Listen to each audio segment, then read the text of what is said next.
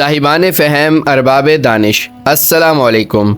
آج اس ویڈیو میں ہم بات کریں گے کہ حضرت سلیمان علیہ السلام کے زمانے میں سخت قحط کے وقت کیسے اللہ پاک نے ایک چونٹی کے ذریعے اپنی رحمت کے ساتھ بارش برسائی۔ جی تو پیارے ناظرین، میں ہوں سید فضل عباس، آپ دیکھ رہے ہیں یوٹیوب چینل فضی ٹی وی۔ آپ کا وقت ضائع کیے بغیر ویڈیو کا باقاعدہ آغاز کرتے ہیں۔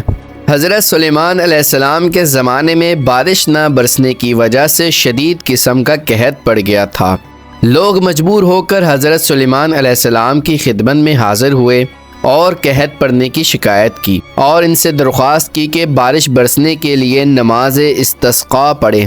حضرت سلیمان علیہ السلام نے ان سب کی باتوں کو غور سے سننے کے بعد ان سے کہا کہ ٹھیک ہے، کل نماز صبح کے بعد ہم سب مل کر نماز استسقاء پڑھنے کے لیے صحرا میں چلے جائیں گے۔ تو کل بالکل اسی طرح ہوا، لوگ اکٹھے ہو گئے اور نماز صبح بجا لانے کے بعد صحرا کی طرف روانہ ہوئے۔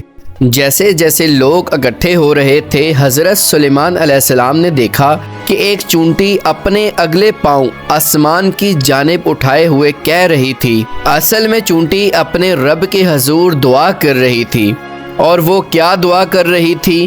وہ یہ دعا تھی کہ خدایا، ہم بھی تیری ایک مخلوق ہیں اور تیرے رزق سے بے نیاز نہیں ہیں، انسانوں کی گناہوں کی وجہ سے ہمیں ہلاک نہ کر۔ جیسا کہ آپ سب کو پتہ ہے کہ حضرت سلیمان علیہ السلام ان پیغمبروں میں سے تھے جنہیں مقام نبوت کے علاوہ ایک اور وسیع و عریض اور بے مثال حکومت ملی۔ جناب سلیمان علیہ السلام ایک وسیع و عریض حکومت کے مالک تھے، جنوں انس، پرندے چرندے اور ہوا سب کچھ ان کے تابع فرمان تھا، اور ان کی حکمرانی پورے خطے ارض پر تھی۔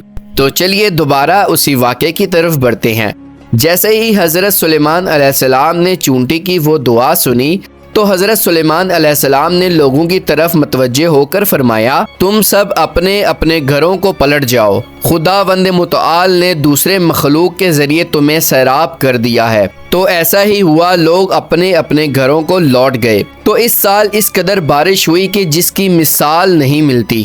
جی تو پیارے ناظرین، اس واقعہ سے ہمیں یہ پتہ چلتا ہے کہ گناہوں کی وجہ سے ہی مشکلات، بلائیں، مصائب اور قحط وغیرہ پڑتے ہیں۔ اگر کسی انسان سے کوئی گناہ سرزد ہو تو انسان کو چاہیے کہ اس کی معافی اسی وقت اپنے رب کے حضور مانگے، تاکہ اللہ پاک اس کو معاف کرنے کے ساتھ ساتھ اپنی رحمت سے بھی اس کو نوازے۔ جی تو پیارے ناظرین، یہ تھی آج کی مختصر ایک ویڈیو۔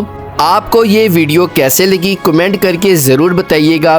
ملتے ہیں اگلی ویڈیو میں، تب تک کے لیے مجھے اجازت دیں۔ اللہ حافظ۔